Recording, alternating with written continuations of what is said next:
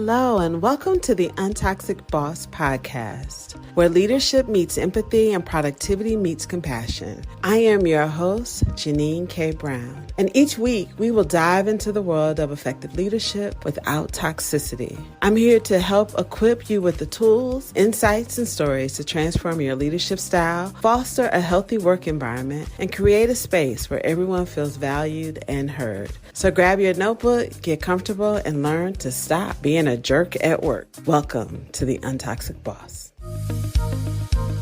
Today we're talking about empowering employees to speak up and breaking the silence against toxic leadership. And oh my gosh, this topic is so timely. How many of you have, been in a situation where you've been impacted by a toxic boss or a toxic coworker or toxic culture? And when we think about toxic workforces and leadership, I just want to be really clear. We're not talking about workplaces that are very demanding or demanding from the standpoint of, hey, we have a lot of deliverables due, deadlines. It's not workplace stress. So toxicity is not related to workplace stress, right? It's really about behaviors, and we're going to define some of those behaviors today. So I want to be really clear about that. Also, toxic, and when people talk about their leaders being toxic, this is not a new generation of workplace employees who are weak and whining. This is real stuff that impacts people's well-being, anxiety. They are impacted by, their well-being is attacked. And sometimes their dignity is under attack. And so I want to be really clear about that. Workplace, the difference between the two. And so our conversation today is really focused on being toxic leaders and having a toxic work culture and why that is so important. Because if you pull out your phones, and I do this exercise pretty often, you see me and my granny, you pull out your phones and go to your internet browser, or you go to on your computer, you pull up your internet browser, or maybe even go to ChatGPT and type in my manager is, my boss is, my company is. And some of the top words you'll find is toxic, micromanager, trying to kill me, doesn't like me. People are searching for solution to that phrase, my boss is. And so we coined the term untoxic boss because we believe that we're trying to eradicate this toxic leadership and this bad behavior at work. And so that's what this live is about. But as we get into today's topic, I want to make sure that we're clear, right? We're talking about empowering employees to speak up and breaking the silence against toxic leadership at work. Last week, we talked a lot about who's responsible for managing this. And we came up with like a trifecta, pretty much, right? All the employees are responsible. But also, our human resource department, we think, should take a bigger role in helping managing culture, and definitely our executive leaders. And when we think about culture and toxic cultures, it's not about what you say you are. So culture is not about who you say you are or what you say you are. It's not necessarily about the core values by themselves and having a list of core values and having them written on walls. Culture is about what you don't allow to have happen in your workplace. Right? So even growing up as a kid, family for us was not just about having dinner together every night. I grew up in a family where we ate dinner together pretty much every night, Monday through Friday, Sunday actually through Friday, if the kids weren't playing sports. But it was also about what we were not allowed to do, right? We were not allowed to treat each other badly. The kids couldn't go, we couldn't name call, right? So our culture was not just, hey, we sit down and eat dinner together, we're a family, but it was also, we sit down and eat dinner together and we do not use our words to destroy one another. And so that's the same thing about work. You create a culture by what you don't permit, what you don't allow. You don't allow this sort of behavior, and that's what keeps your culture rich. That's what defines what your culture is. And so I want you to think about that. And I want you to think about the things that are permissible in your workplace and say, you know what? That actually defines our culture. Because if we allow people to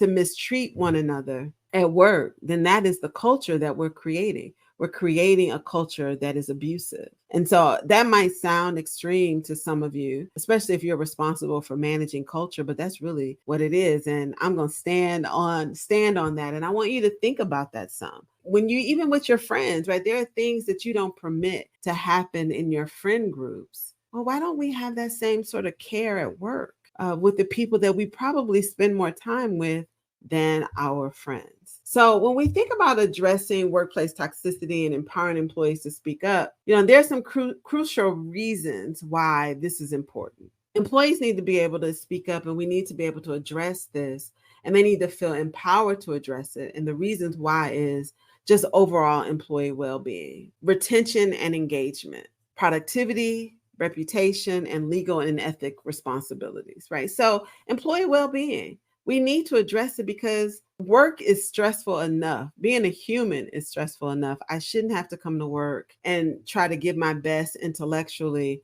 but my heart is being broken every day because of how people talk to me, the tone people use, or the requirements related to my job that is not equitable or equal to other people on the team or in the company. If I'm being required to do something that others are not being required to do, or held accountable for a behavior that others are not being held accountable for, then that's going to cause me to feel stressful, anxiety, and it's toxic, and it's going to impact my well-being.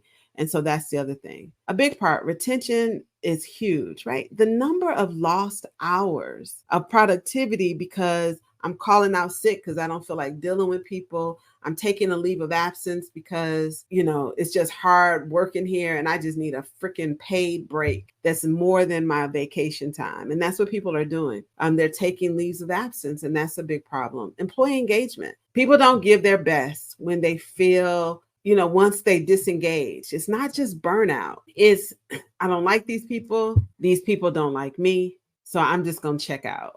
And so engagement is low. I don't volunteer to participate in things. We don't have a social component to work. And then that impacts my productivity. And so we have to encourage people to feel like they can speak up because it impacts collaboration and it also impacts innovation. The bottom line is the reputation of your company. You can go out to Glassdoor, Fishbowl, a lot of other apps where people are venting and, shining the light that this is a horrible place to work. This team is bad. This group is bad. This leader is horrible. And I'm going to sound the alarm. Hell, people are literally going to Twitter or X. And other social media apps. They're not even doing it on job boards anymore. They're making it public and they're calling you out. And this is also, we're talking about work. I'm talking about universities, teams, all sorts of places where there's poor leadership. And I think the biggest reason that we want to address this is because the legal and ethical responsibilities and ramifications. And so I'm going to look here at my screen. I'm going to look away a little bit from the camera because I want to go to, I was watching the news the other day. How many of you watch the news? The bad news. I wish there was a station called The Good News that I could spend some time on, but watching the news, nightly local news. And unfortunately, this was the headline. It was an Atlanta story. Lawsuit against Atlanta Public Schools alleges bullying in employee relations department. I'm going to pause here because I need y'all in the chat window to write, what? Yes. The place where people go to get support has a problem with toxic leadership, bullying, name calling, threats against its employees. And they're currently being sued. As a civil lawsuit was filed in federal court alleging bullying and harassment by the Atlanta Public Schools office in charge of investigating these kinds of complaints, employee relations department. So 2 women have filed a lawsuit against this and against their boss because they felt that they were retaliated against and bullied by their supervisor, who's named in this suit. It's also named in this article. I won't read this online. But they say that the very department that is supposed to be protecting the rights of employees in the Atlanta Public Schools was not protecting the rights of some of its own employees in the employee relations department. That is not only ironic, it is tragic. These employees are now filing a lawsuit in federal court, shining the light on this bullying. One incident that was named in the case was this particular leader said that told the people who are suing, the plaintiffs, that there was nothing they could do about it because the more senior person in the organization was a part of their sorority and they were sorority sisters. And so they endured a horrible, toxic leader. And this was permitted because the more senior professional in the organization allowed it to happen. Two people have left their careers, and now the company, the Atlanta Public School System, and this not only the larger school system, but the particular department, employee relations, is now in the news, reputation, and I'm sure other employees are going to come forward. Now, that is the biggest issue with toxic workplaces. When it gets to the news and employees are suing because of the way they've been treated at work, not just discriminatory practices, but practices of bullying, harassment, micromanagement, favoritism, lack of accountability, unrealistic expectations, horrible, poor, or no communication, disrespectful communication, undermining and sabotaging, excessive workloads, retaliation, and no or lack of support. Everything that I've listed here is part of the reason why we have to make sure that our workplaces are free of toxic leaders. It's the bottom line, right? I'm an accountant, so I always throw in that accounting terminology. The bottom line is get rid of those people. I mean, do you agree or disagree? The list is like, that's all the things that were found in that suit. I read through that complaint, that federal complaint, and those were the things that I listed: bullying, harassment, discrimination, right? Micromanagement, favoritism, lack of accountability, unrealistic expectations, poor communication or no communication, undermining and sabotaging actions and behaviors, excessive workloads, right? So now they're being penalized for their work or work being taken away from them, retaliation, and no support or lack of support. Those are the things that we see that people are dealing with. Those are common elements of workplace toxicity, and we see them in that one case. Now, if I were to give you an assessment, and maybe we'll do that, we'll create an assessment on determining if your workplace is toxic or if you are a toxic boss. Maybe next week I'll drop it in the inside and we'll give you all an opportunity to complete it. And you can tell if you are a toxic boss or if you work for one. So you'll be able to do that. But, all of those things, they impact, mental health issues, lost wages, lost time from work. People start having these personal health problems, job satisfaction. And we know, I posted a quote earlier this week: people don't leave bad jobs. They leave bad bosses. Typically, they leave toxic bosses. So, there's a lot of conflict and mistrust in the workplace. And we got to be able to empower people to do it before they file a federal or local lawsuit against you. We shouldn't be coming to work figuring out if we got an attorney on speed dial to answer our questions about how we're being treated at work. So what we want to do is help employees be able to speak up. But now we know that there are some reasons why people may not speak up, right? Just lack of support is one. I find oftentimes people are more comfortable complaining and talking about it rather than actually taking action and doing something about it. And I think that's kind of human nature, because you don't know if you have someone that's going to, or have many that will stand up and alongside of you, right? We have external pressures that impact us staying in bad jobs, right? We might have, financial reasons, family reasons, reputation reasons that we stay in some of these jobs and stay working for some of these companies that impact us not speaking up. But, sometimes it's just fear of retaliation, right? If I tell you that Terrible Tom is a toxic boss, then he may retaliate against me, take work away from me, start giving me bad performance reviews, telling untruthful things about me to other leaders and colleagues, block a promotion. Like, these are the things that happen at work. Like, when I say these things out loud, I'm always like in disbelief, but it happens, right? Job security, right? Concerns about the job security often deters employees from reporting toxicity. They fear that being a whistleblower may jeopardize their employment, their social standing. And especially if you're in a competitive market or you're in a niche space, you're worried if you'll be able to get a job, or maybe because the market is so small that you're in, that everybody knows everybody and people will start telling on you, talking about that you're not trustworthy, which leads me to the next one. The lack of trust are reasons why people don't speak up. And so the silence is really broken around toxic leadership because they don't trust their HR departments. They don't trust the executives. They feel like there's favoritism happening. So they've watched in the past that there has been inaction or insufficient action, and people don't speak up. They don't address that one person. One thing that I found, I don't like the blanket message. Like one person does something wrong. You probably have experienced this before. So, Jennine does something wrong, but everybody on the team gets reprimanded for her bad behavior, where actually Jennine should actually get reprimanded. She should be put on some sort of performance plan, given action steps that says, hey, we're going to be watching you, and expected to have that behavior changed, or just terminated for violating the company culture, right? Because when you do something that we don't tolerate, then you should be asked to leave. There's a power imbalance is the other thing, right? Haven't been at the company very long. I'm very junior in my role, or maybe I'm young in age.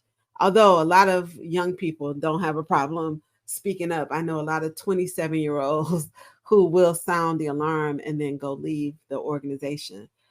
Feeling isolated, right? People no longer wanting to spend time with you, or you're not being invited to be on teams and participate in things. So you feel ostracized because you've spoken up. There could be also like this emotional toll, right? Okay, I'm going to address this toxic behavior, but then I feel like it often requires me reliving this traumatic experience, right? I'm always having to share over and over about it. So that makes me feel as if, like I'm reliving it. So I'm playing this trauma over, which creates a form of post-traumatic stress related to it. And then I just don't know who to tell, right? So this lack of awareness and not knowing things and understanding the cultural norms, I don't know where to go. And then finally, back to Atlanta public schools, the people who are supposed to help me are also dealing with their own level of toxicity. So they aren't even in a position to feel empowered to give me a framework of what to do because they're dealing with the same crap at work. And so we got to be able to create a healthier workplace. And so I got 5 ways that maybe we can do this. And I just kind of want you to consider these and to check and see if your company has some way to do this, right? So how can you document these incidents? I believe in documentation. I mean, day, time, who said what, and where did it happen? I believe you need to document the things that are happening to you so that you can demonstrate and show a pattern of behavior from this particular person, this team, or in this group. Now, this is actually, documenting this, I think is really important, and just keeping it for your own personal records. Because sometimes we have to make sure that what we think is happening is really happening. Because sometimes we gaslight ourselves, like, oh, I was having a bad day, I hadn't been feeling well, or this was happening, I was having this issue, so maybe I'm overthinking this, or I'm being dramatic or emotional. And then the second part of gaslighting is somebody else is gaslighting us. But if you have the documentation, you can say, you know what, this happened last Tuesday. It's happened 3 times in February. I saw it, it came up again. It didn't just happen to me. I saw it happen to another colleague, right? And unfortunately, it takes time to document. So now think about this. We're talking about having people work at their highest capacity and be productive. But now they have to document, this kind of behavior at work. So now not only are they participating in the job, they're also having to write down what's going wrong. I think you got to have a real conversation with your leaders and speak up to your boss. And sometimes that conversation has to happen maybe away from the desk, right? Maybe it shouldn't happen in the office. Hey, yeah, can we walk down to the break room if you're back in the office? I really want to talk with you and just share with you privately, and hope that we can have an honest conversation about how this sort of treatment at work impacts me, or when I see these things happening in work, at work, I want to talk a little bit about and maybe get your opinion about how I can handle it so it doesn't sound so accusatory, because we know that most of us spend our lives reacting and in reactionary mode. And so we don't want them to get defensive and feel like they have to deny this sort of behavior is happening. So I think taking it from an inquiring minds want to know perspective, but we have to speak up. And if you feel as if it's going unaddressed and unacknowledged, then that's when you pull out, hey, I got a little documentation about this. This is when I've seen this happen and take place. And then understanding what the company's reporting channels are. Is there a process, a clearly defined process where I can report this and I know what will happen? I know that actions will be taken to address this issue, right? I'm not blowing the whistle because I'm trying to get people terminated. I'm blowing the whistle because of how this is impacting people at work and wanting to be able to have a conversation around that. Do you have trusted colleagues? I hope a lot of us have a place where we have colleagues or mentors in the workplace that we can talk to and they have experienced this or they witnessed this and they can give you some insight about how to address this at work. And I think utilizing our employee resource groups, right? It's a great way to bring this conversation up because most employee resource groups are designed for employees to have conversations about how they are impacted at work through the lens of their being. So my being as a woman, my being as a Black professional or someone who identifies as Black or African American. If you identify as LGBTQIA+, you can have, hey, I feel like because I'm queer, this is happening at work, right? You can start a sentence that way in these supportive groups that allow you to be able to have constructive conversations about this and then collectively take that information and that knowledge and have a conversation up the career ladder and go directly to HR, go directly to employee relations, go directly to one of the chief executives in the organization and say, you know what, we have overwhelmingly concluded based on conversations and data that we've collected that this is an issue for our community and we need to figure out how to address it. And I think not only just pointing out and shining the light on this, bringing suggestive ways that we can address this issue at work is important. Has any of your employee resource groups been utilized in that way? Do you utilize your employee resource groups that way, or are your employee resource groups just kind of event groups? Because a lot of them have turned into event groups, but they really should be designed as a first defense for employee well-being and be able to collectively bring that information together. And then I think, to a last resort, you might be forced to either leave that organization, because I don't believe you should stay anywhere where your well-being is suffering or where your mental health is under attack or where you are being challenged every day to do your job under duress, wondering where the next, little minefield is going to be. And if someone's going to throw a toxic grenade your way because of however they feel about you having the role, being in that role, it just shouldn't happen. And so we want to make sure that you have that. And I just think it's really important that you seek legal counsel, get professional counseling and therapy, have a supported friend or family network that can help you. I think what can be helpful is professional associations. Depending on your industry, professional associations may provide resources to support employees facing workplace issues like this. So I've been a member of professional associations for a long time, and some of them do have resources. One in particular, I'm a member of the Association of International Certified Public Accountants, the AICPA, and I serve on committees, and we design toolkits or suggest that toolkits be designed, and they get designed, and we use those with our member firms as ways to provide them with supportive resources on things that can help their employees have successful careers and help build cultures that are supportive. And so don't forget that there are a lot of resources out there. But employees, we have to break the silence. We have to be able to to speak up, where in organizations that the culture has a speak up, speak out culture, right? If we don't hear that people are speaking up about things that they notice and see and experience in the workplace, then we should be assessing that, right? On a regular basis, companies every year should have employee assessments and engagement assessments that ask the question, are you experiencing toxic leadership? They should define what toxic is, and employees should be able to identify yes, no, or rate it on some sort of scale, share a story, and we should get that data in a quantitative manner, but we should also get qualitative information, right? Hosting small group conversations that are free. People can say what they need to say. They're not retaliated against. Those stories and that information is used to support the quantitative data, and that information should be shared with everyone in the company, along with what are we going to do to fix it.